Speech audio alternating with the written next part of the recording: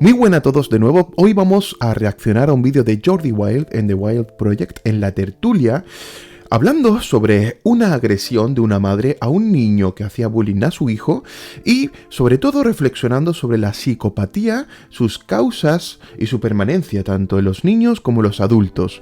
Así que vamos a reaccionar aportando algunos datos desde lo que es la psicología, la psicopatología y la neuropsicología, ¿ok? Vamos allá.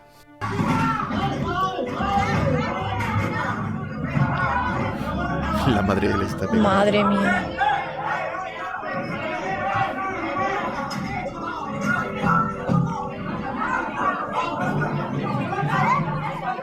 Como no falta el que está grabando esto y los que están grabando, que es un tema que también quiero debatir con vosotros. Bueno, y ahí hay pues la trifulca, ¿no? Hemos visto lo siguiente: una madre entra enfadada porque a su hijo le están haciendo bullying y reclama muy agresivamente quién ha sido. Uno dice, he sido yo, y le da de hostias, y hay esta trifulca que entiendo que la mayoría de gente lo quiere separar y que pare el tema. Pero aquí hay varias preguntas. La primera: Ana, ¿crees que ha hecho bien esta madre? ¿Crees que esto no es lo que se tiene que hacer? ¿Entiendes su desesperación? ¿Crees que ha hecho lo que le hacen al hijo? O sea, al final ha agredido físicamente a alguien. ¿Cómo lo ves esto? Yo siempre pienso que la violencia nunca es la solución. Pero si has estado increpando al instituto un montón, o sea, puedo entender de dónde viene, ¿sabes? Si has estado intentando explicárselo al instituto y no te han hecho caso ni por activa ni por pasiva y ves que tu hijo está sufriendo y que al final hay un montón de gente que sufre por bullying un montón y que acaba con su vida incluso, ¿sabes? Sí. Y viene de un momento desesperado. ¿Qué va a hacer? Entiendo que pegarle a una persona, sobre todo a un menor, no es lo adecuado, ¿sabes? Igual tenía que haberse quedado en una bronca y ya está. O igual también lo pone en un compromiso al hijo, porque ahora, después de esto, igual lo tiene que cambiar de cole, ¿sabes? Pero entiendo de dónde viene, porque yo no sé lo que haría, sinceramente. Claro. ¿Y tú, Rocío, entiendes a la madre? ¿Crees que se ha pasado un poco o cómo lo ves el tema? Yo no creo que se haya pasado. Otra cosa es que las consecuencias no le vayan a beneficiar ni a ella ni al hijo. Eso es verdad. Pero que entiendo perfectamente la reacción de una madre, que por lo que además dice en el vídeo, he venido una y mil veces, o sea, como que llevan muchísimo tiempo, saturada. Que seguramente el colegio también sea cómplice de que, como pasa desgraciadamente, que a veces colegio y profesores miran hacia otro lado cuando ocurre este tipo de cosas, y es una putada porque te deja en una situación de indefensión, y tú como padre, como madre, ¿qué haces? O sea, que tú harías cualquier cosa realmente para defender a tu hijo. ¿Que no es lo mejor dar un trotazo al niño? No es lo mejor porque no va a beneficiarle. ¿Que se lo merece? Hombre, se merece mucho peor. O sea, porque al final tampoco son niños de 8 años, ¿eh? No. O sea, ya estos ya están creciditos, por lo que digo que saben lo que hacen, me refiero. Entonces ya está bien también no, es que son cosas de niños, no son cosas de niños. ¿Crees que se sobreprotege a los menores a partir de 15, 14 años? El bullying es chunguísimo. O sea, es decir, que tenemos un concepto de infantilidad ya muy alargado. Por ejemplo, el caso de asesinatos. Un niño de 15 años que mate a toda su familia. De hecho, hablamos aquí en un caso, ¿no? Que pasó hace unos meses, de un niño que por un tema de wifi, no sé qué, mató a su familia. Hasta que con una escopeta. ¿Tema de wifi? Sí, le quitaron el internet y cogió una escopeta y se cargó. Eso fue muy viral, muy famoso. Sí. Aquí en España. Que achacaba la culpa a los videojuegos. Claro, como se pasaba todo el día a los videojuegos. El clásico. Sí, el clásico. Mira, bueno, pues te pueden pasar dos cosas. O que mates a gente, o que te vuelvas o que termines así. Cuando te vas a decir algo súper serio, ponte las gafas, por favor. O sea, cuando venga la frase definitiva, el punchline, gafas. Pero es que ahora las tengo atrapadas en el pelo. A ver, cuidado. Pero las tengo que poner como así, que no se me vean ni los ojos. No, me mola. Es mucho más decadente. Bajadas que no tienen ningún sentido. Ahí está. Bueno, una cosa esencial para entender de base esta situación es que hay factores predisponentes o precipitantes y que no siempre una persona hace lo que hace por simplemente un impulso interno, sino que hay condiciones, factores externos que pueden precipitar internamente pues disparadores que en ausencia de esos estímulos no se producirían. Es decir, que esto no se puede decir que sea por los videojuegos, sea una cosa u otra, porque también existe el cine gore, también existe la violencia en el arte, por ejemplo, ¿no? Pero son hechos que pueden generar respuestas dentro de una persona que tenga una inclinación psicopática que en ausencia de esos estímulos podrían no producirse. Por tanto, no es tan simple como decir que uno nace psicópata y ya está, o no es tan simple como decir que uno se hace psicópata por la cultura, ¿vale? Hay un término medio que la propia ciencia está investigando, como veremos ahora. Eso es muy A ver, estas gafas no tienen ningún sentido. Es muy cyberpunk esto. Esto es cyberpunk. Bueno, pues el tema de chaval, ¿no? Que al final yo creo que a veces sí que tenemos un poco de sobreprotección, porque es lo que decíamos, de que tú puedes matar con 15 años a tu familia y es que no vas a tener antecedentes. O sea, cuando termines el correccional... Sí. No, pero literal, porque eso lo pedí, si había algún jurista o abogado o tal, y me lo contaron, que a partir de no sé qué edad es, pero ya mayorcita, ¿eh? Pero en este caso específico... ¿El del asesinato? No, de la madre. Ah. No creo que sea sobreprotección en el sentido de que hay gente que sufre bullying y es no, pero quiero decir que dice, nos choca que una madre pegue a un chaval de 16 años. Que a lo mejor un chaval de 16 años ya sabe lo que hace y a lo mejor un bofetón se lo puede perfectamente merecer. Ya, pero no sé por de dónde, o sea, no sé qué situación tiene el chaval, ¿sabes? Igual no sé si igual es que no se atreve o que piensa que igual las consecuencias van a ser peores. La madre no tenía que haber hecho eso. Yo creo, porque sí, claro, lo entiendo, pero creo que va a ser peor para él.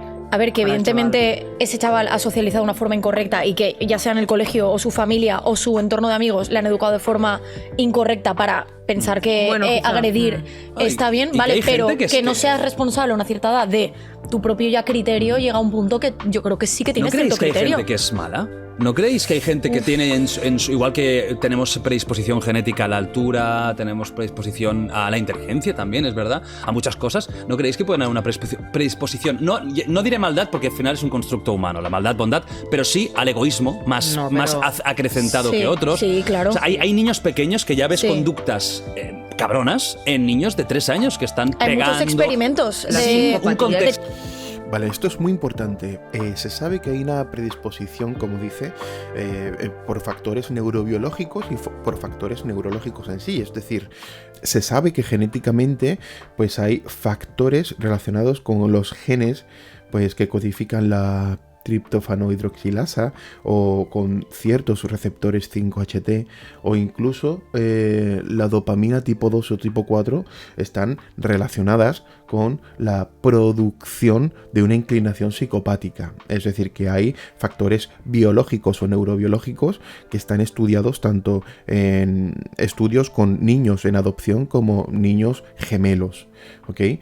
Por otro lado, también se sabe que en el cerebro hay anormalidades en la zona del lóbulo frontal, ¿ok? Sobre todo en la zona prefrontal ventromedial, que es una zona que está muy relacionado también con el control de los impulsos y el lóbulo frontal en general está muy asociado con lo que es la moral, lo que es la intencionalidad, lo que es el código social y lo que es el código interno. ¿Vale?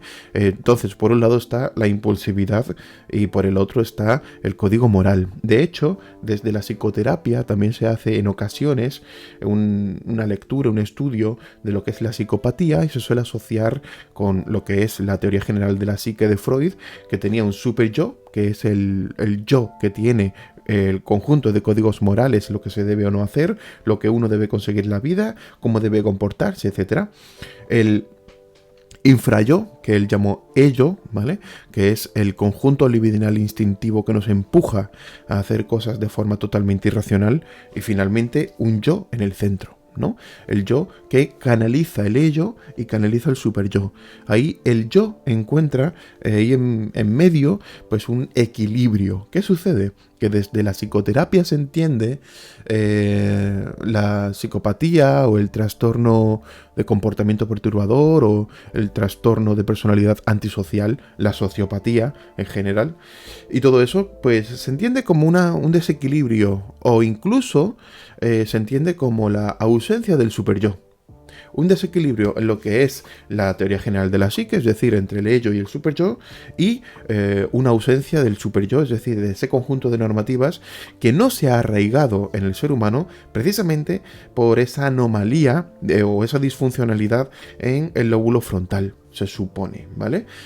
Digo que son supuestos porque no es tan sencillo, ni mucho menos, pero sí se sabe que hay aspectos neurobiológicos que podrían ser causantes o desencadenantes del trastorno de personalidad antisocial, ¿vale? Otra cosa muy importante es el hecho de que la psicopatía en sí pues no es una enfermedad, es decir, hay personas que tienen un comportamiento o una inclinación psicopática y que no son personas violentas o no son criminales. La psicopatía no tiene que ver con la criminalidad, aunque es cierto que por ausencia de ciertos códigos morales y por la falta de entendimiento de dónde se encuentran esos límites de forma instintiva, porque lo puede racionalizar. Y esto es muy interesante, la psicopatía se puede trabajar con psicoterapia a través de la internalización de códigos morales por propia racionalización. Y eso sobre todo se hace con niños, ya que conforme un psicópata va creciendo, conforme va madurando, pues se va entorpeciendo pues la eficacia de la psicoterapia y de la terapia en general. De hecho, se dice que la terapia para una persona con inclinación psicopática debería empezar antes de los 30 años, puesto que después de los 30 años tienen escasos efectos, ¿ok? Importante con todo esto sacar en conclusión que la inclinación psicopática tiene aspectos basales neurofisiológicos y neuropsicológicos. Y eso es importante reseñarlo, porque no se trata de que esta persona haya aprendido a ser mala, porque además la maldad, como ha dicho Jordi Wild, es algo muy subjetivo o incluso está pues conectada con conceptos que son propiamente socioculturales, ¿no?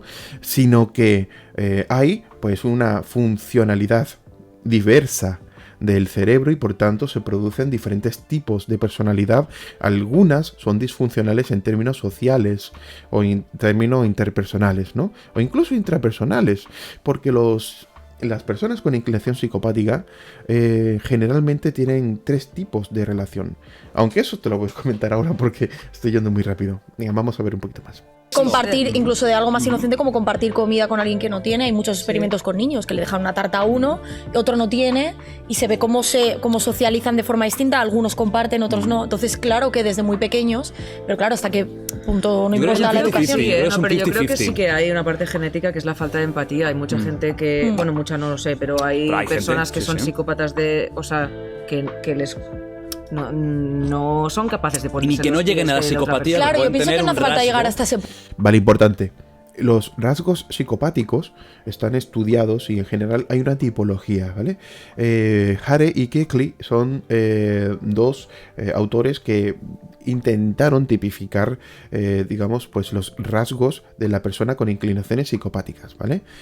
Por un lado está la seducción, el convencimiento, incluso el buen uso de la palabra. Es decir, para sobrevivir y para desplegarse, generalmente el psicópata pues tiene pues cierto don de palabra que ha aprendido como una forma de encandilar, de engatusar y de seducir. Generalmente invierten muchos recursos personales en la seducción, ¿ok? Por otro lado, como dicen, está la falta de empatía. Eso es algo, bueno, que dijo Hare, no Keckley. Pero sí, la falta de empatía es algo basal, ¿vale? Una falta de empatía, pues unida, pues con una impulsividad irracional con respecto a ciertas cuestiones que podrían estar en conflicto, pues con incluso aspectos judiciales. Por tanto, generalmente el psicópata que se autolimita suele hacerlo sobre todo por el entendimiento de que no le conviene pues de forma puramente egoísta, como ha dicho, pues ciertos actos porque tienen consecuencias judiciales, ¿ok? Pero ya digo que eso está estudiado y hay una tipología de rasgos de personalidad y, por ejemplo, Keckley hizo pues un listado mucho más amplio desde mi punto de vista de qué es la personalidad psicopática. E incluso se detalló a partir de ello pues un cuestionario que se puede realizar para saber pues si tu inclinación es psicopática o no. Es muy interesante. Lo importante es entender que esa falta de empatía generalmente viene por el hecho de que el cerebro funciona diferente, para que se entienda bien, ¿vale? Y por el hecho de que hay, como he dicho, aspectos neurobiológicos que condicionan la personalidad del ser humano, ¿ok? Punto, ¿no? Un rasgo de Hay personas poca que son empatía. egoístas, conocemos todos claro. a personas que decimos, hostia, esta persona solo piensa en sí misma, macho, que parece que para sacarle de su ombligo haga falta, no sé. Yo creo que todos conocemos y que creo que el ser humano es una escala de grises, Pero ¿no? muchas Que veces no hay que estamos distinguir entre condicionados. blanco y Claro, como ella dice, es una escala de grises.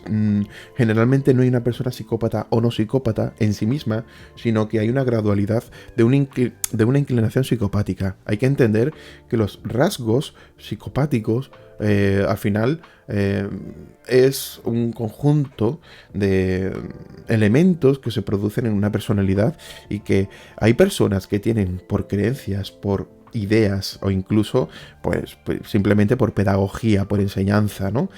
Por aprendizaje vicario o por aprendizaje instrumental, ¿no?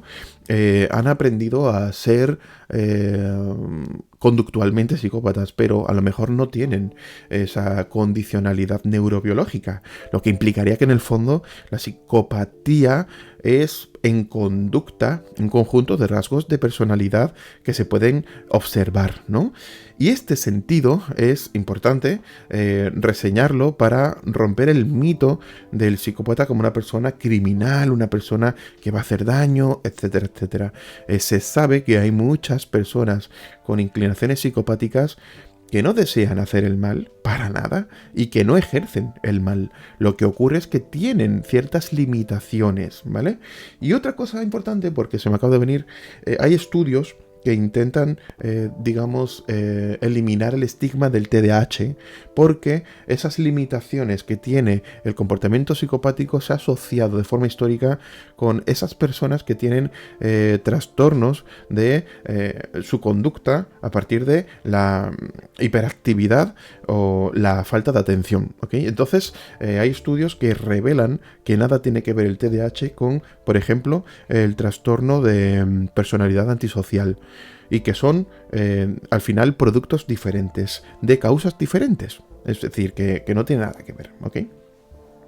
negro. Por los primeros años también, porque... De verdad que ahora mismo es que la escena... Y quiero destacar un momento la escena porque estamos hablando de temas serios. Tú, con ese termo, con vino caliente, con las orejas y las gafas ya casi caídas, esto de la luz de Navidad... Bueno, antes comenté que iba a hablar de los 3 tipos de relaciones que tienen las personas con inclinaciones psicopáticas. Como veo que ya no van a hablar más de ello, pues lo reseño aquí, lo digo aquí, para que no se quede colgado, no se quede ahí en el aire.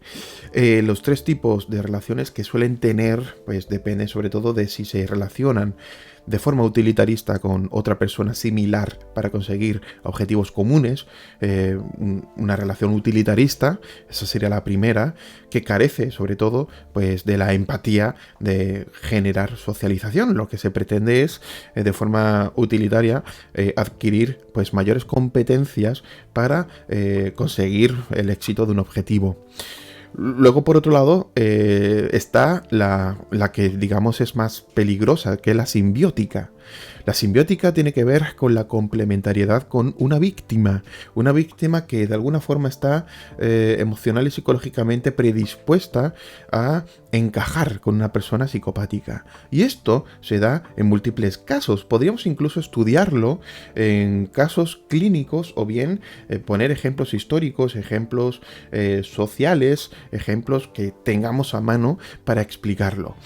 La persona que tiene esa inclinación a encajar con una persona psicopática suele tener, dentro de sí, pues aspectos culpógenos. ¿Qué significa culpógeno? Pues significa que la persona tiene en general pues rasgos que le incitan, que le llevan a un comportamiento o bien depresivo o tener una sensación de que siempre es culpable de algo aunque no tenga el objeto de culpa en sí mismo. Es decir, no sé por qué me siento mal conmigo misma, pero me siento mal conmigo misma. Personas inclinadas a un estado de ánimo generalmente, pues que hace daño, un estado de ánimo pues que es incapacitante, ¿no?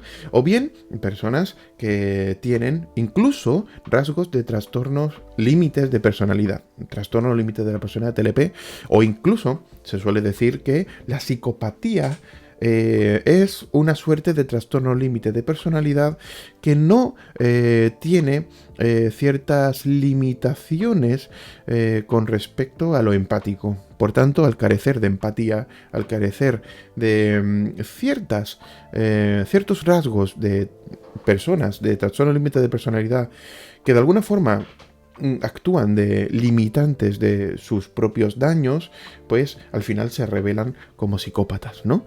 Es decir, todo eso se suele decir.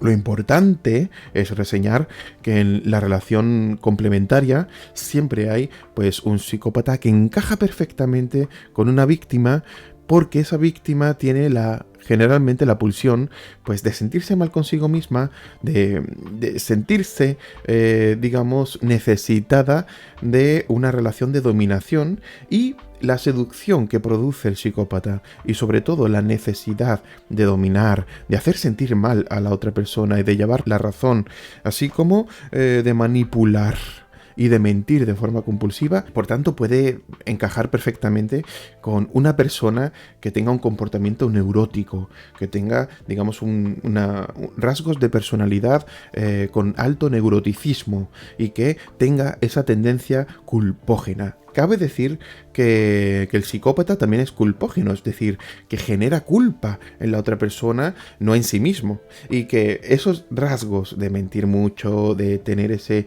alto nivel de manipulación, ese alto control de la otra persona, porque hay una relación vertical y no horizontal, ¿no? De dominancia, etcétera, etcétera, pues hacen que en la relación complementaria se produzca un alto grado de peligrosidad para la víctima, ¿vale?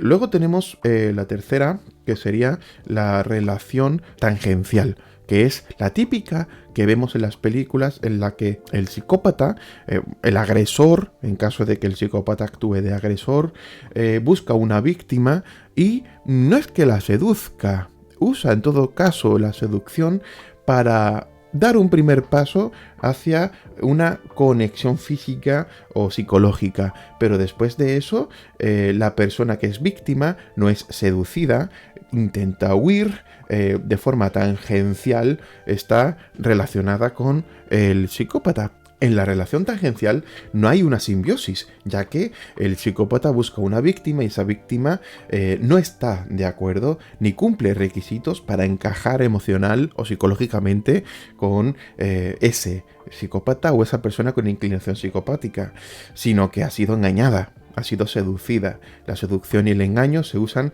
como herramientas para generar esa relación tangencial, pero la relación tangencial en sí misma no produce una simbiosis, ya que la víctima, como dije antes, no tiene ese alto nivel de neuroticismo, no es neurótica, o no se comporta como la parte positiva de el aspecto negativo del psicópata, es decir, no encaja como guante, no encaja como puzzle, ¿no?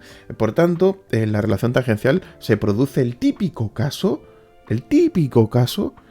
de agresión, de criminalidad no pretendida por la víctima, ¿ok? La víctima no es seducida nada más que pues de una forma totalmente utilitarista. Bueno, y mil cosas que se pueden contar más del tema de la psicopatía, ya que la psicopatía es algo muy complicado. Se ha estado estudiando desde el antiguo Egipto, desde Babilonia, y hay muchísimos casos, hay muchísimos documentos, registros, teorías, hipótesis y experimentos. Se pueden elaborar a partir pues de una premisa y se puede hacer un pedazo de vídeo con todo eso. Pero bueno, he intentado sobre todo hacer un resumen y generar una síntesis que sea más o menos entretenida y sobre todo pedagógica. Bueno, pues un beso y muchísimas gracias por estar aquí, escucharme y apoyarme. Por favor, suscribíos y dadle a like. Hasta la próxima.